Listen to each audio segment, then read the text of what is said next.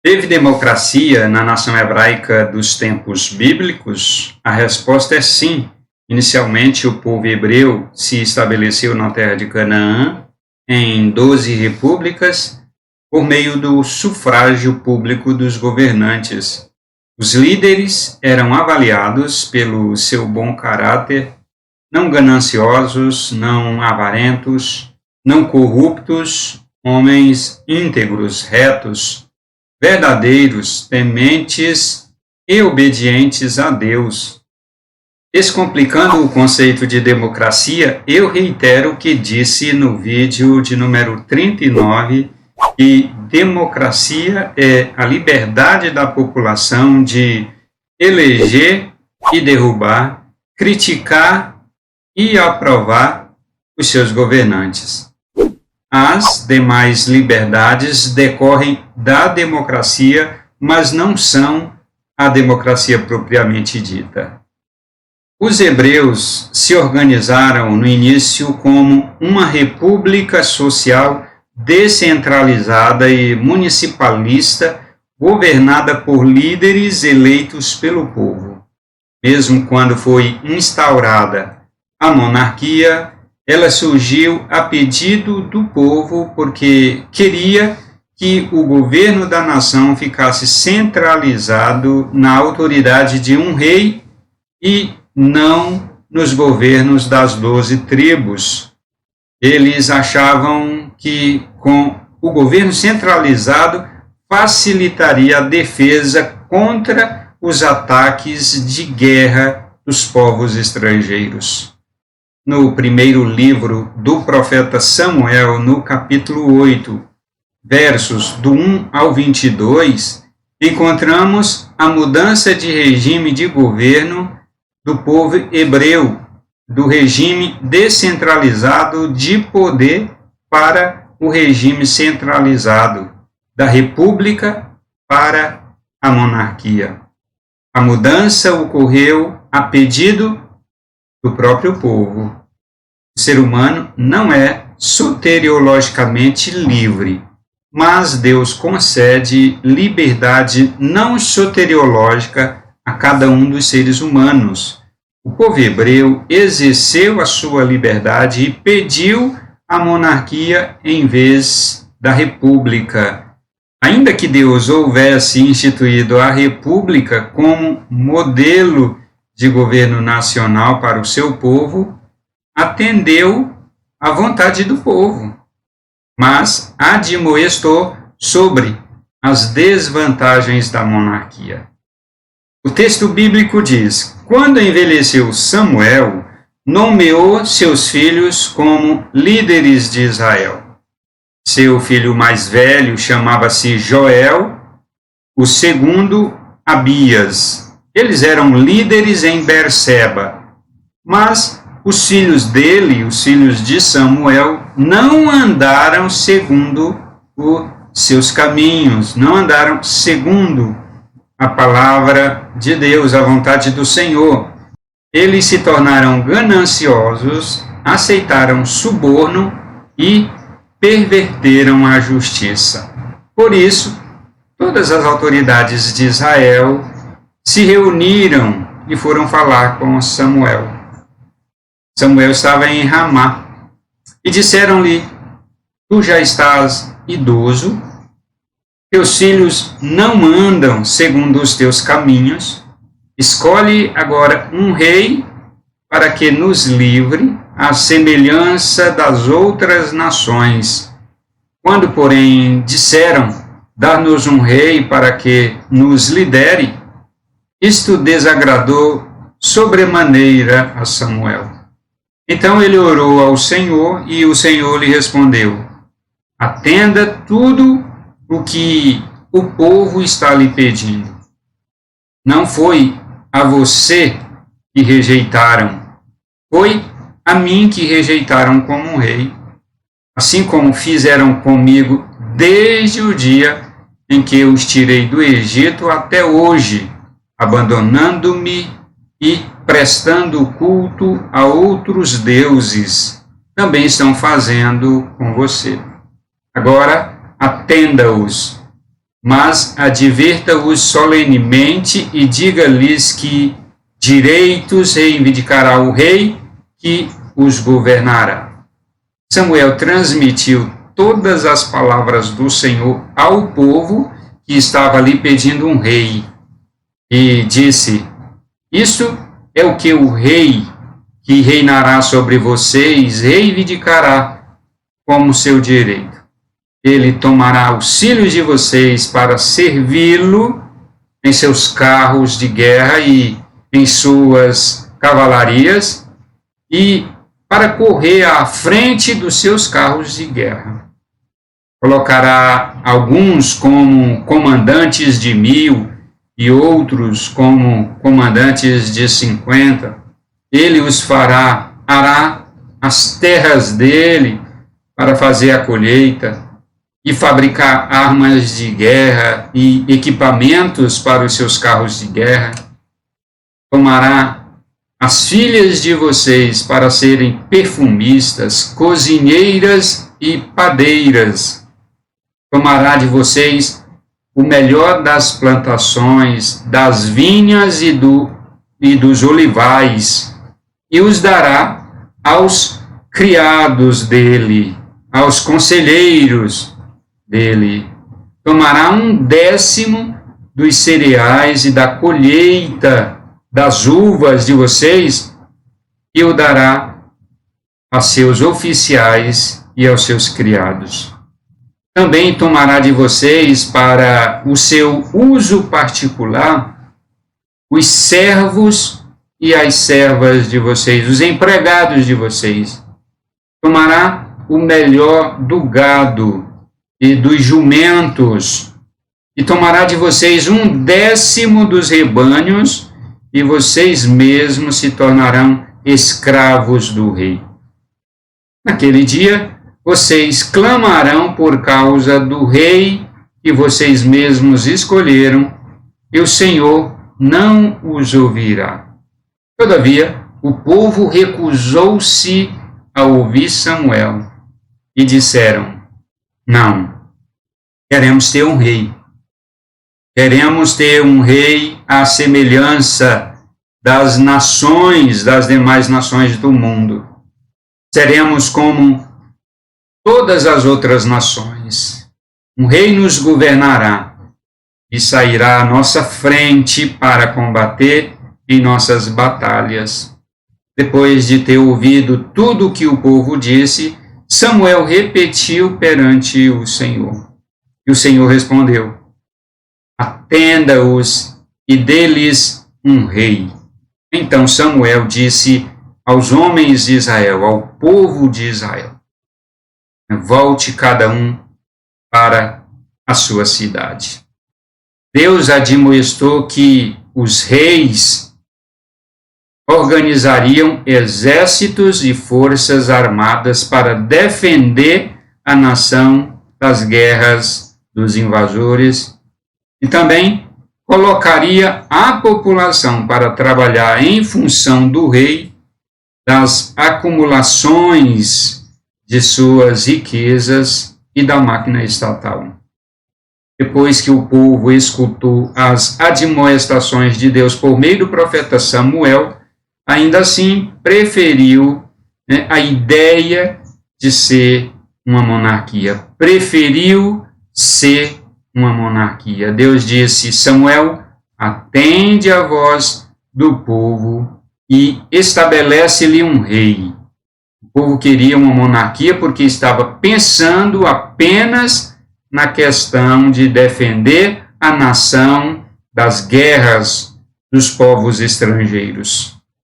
Após a morte de Sansão, o líder da nação que livraria ou que livrava a nação das invasões estrangeiras, a nação ficou algumas décadas. Depois de Sansão, ela ficou várias décadas sem líderes ou sem líder nacional que pudesse livrar a nação, combater os inimigos estrangeiros que atacavam a nação para eliminar e para tomar o seu território. O povo passou a desejar desejar que a nação tivesse líder guerreiro e fosse instituído de forma permanente, definitiva, para ser o rei da nação e que centralizasse em torno de si o poder militar. O povo viu que Naás, rei dos Amonitas, estava avançando contra a nação, já estava nas fronteiras do país, prestes a atacar. Então o povo clamou a Deus por um líder militar. O povo estava sem direção e brigando entre si. Os próprios hebreus, se matando uns aos outros, além do que os amonitas atacavam do lado leste e os filisteus atacavam a nação do lado oeste. O povo teve medo e suplicou a Deus por governo definitivo e centralizado, um monarca. Deus atendeu à vontade do povo. Samuel ungiu Saul, um guerreiro, um soldado de guerra, conforme lemos no capítulo 9 e verso 16. Amanhã, por volta desta hora, disse Deus a Samuel: enviarei a você um homem da terra de Benjamim, unja-o como líder sobre o meu povo Israel. Ele libertará o meu povo das mãos dos filisteus. Atentei, ouvi a oração, o pedido do meu povo, pois seu clamor chegou a mim. Deus atendeu ao desejo do seu povo e foi instituída a monarquia na nação. Samuel foi eleito em assembleia em Mispa, como está escrito.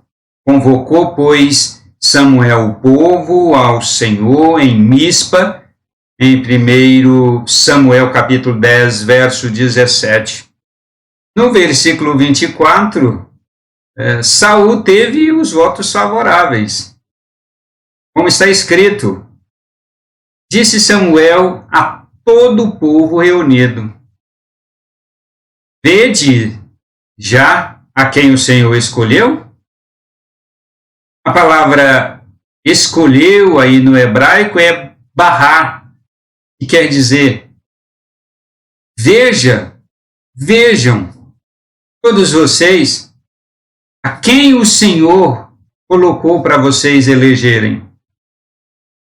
Pois em todo o povo não há nenhum semelhante a ele. Ou seja, o Senhor designou Saul para o próprio povo votar sim ou não. O Senhor designou Saul, mas quem ia decidir era o povo.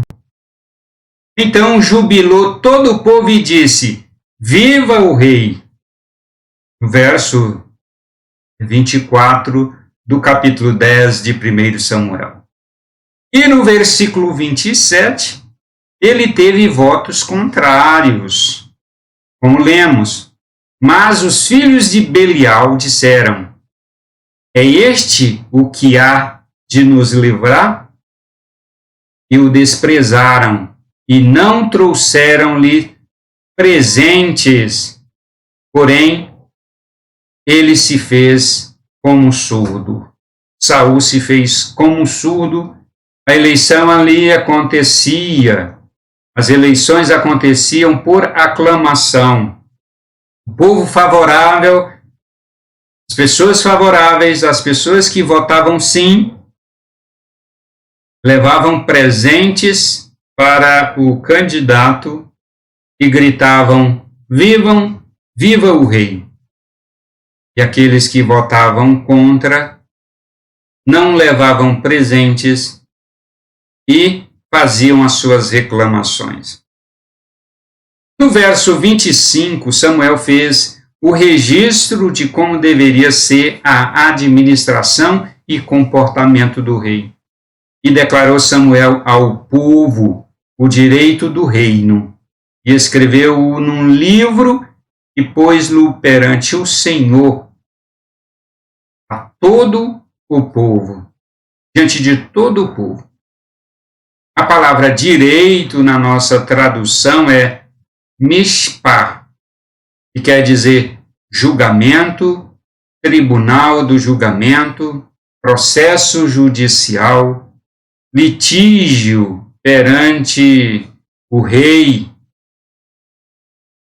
caso ou causa representada para julgamento, sentença e decisão do rei, execução do julgamento, tempo de julgamento, justiça, direito, retidão, ordenança promulgada pelo rei, direitos e privilégios do rei, o que deveria ser próprio e devido ao rei, adequado ao rei, o costume do rei, a maneira e o plano do rei, o plano de governo do rei.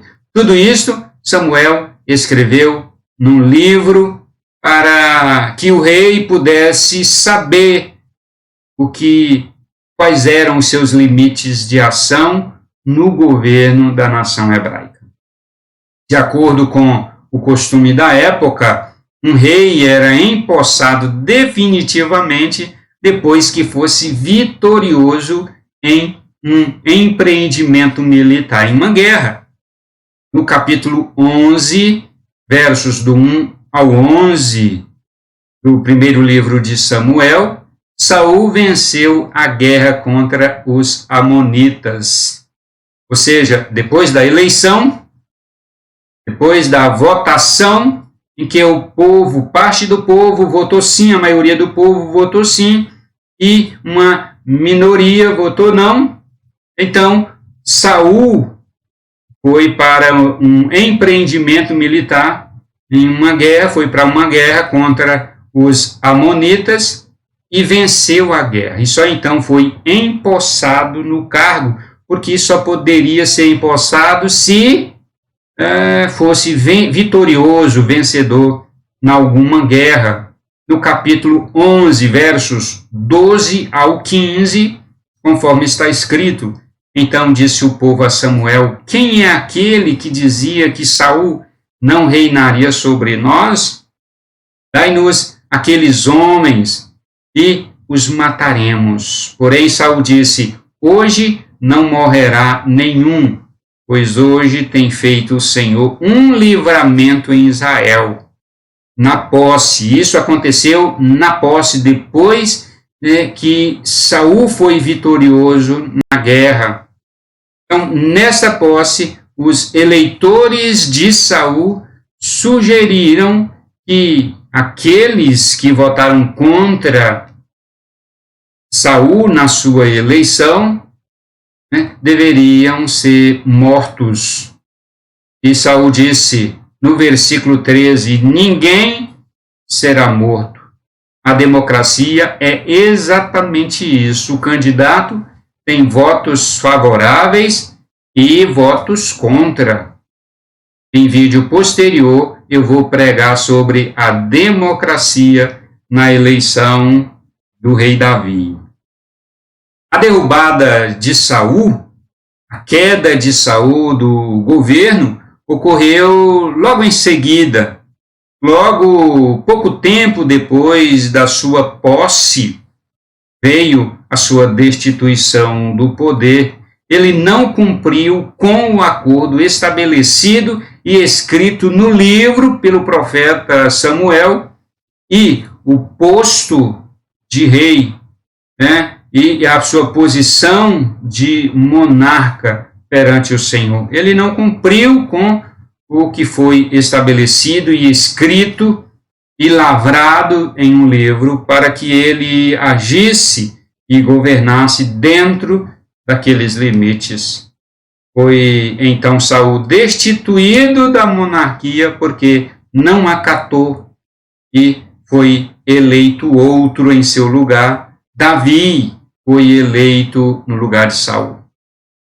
Em uma verdadeira democracia, nem mesmo o rei escapa de ser destituído da sua posição de rei.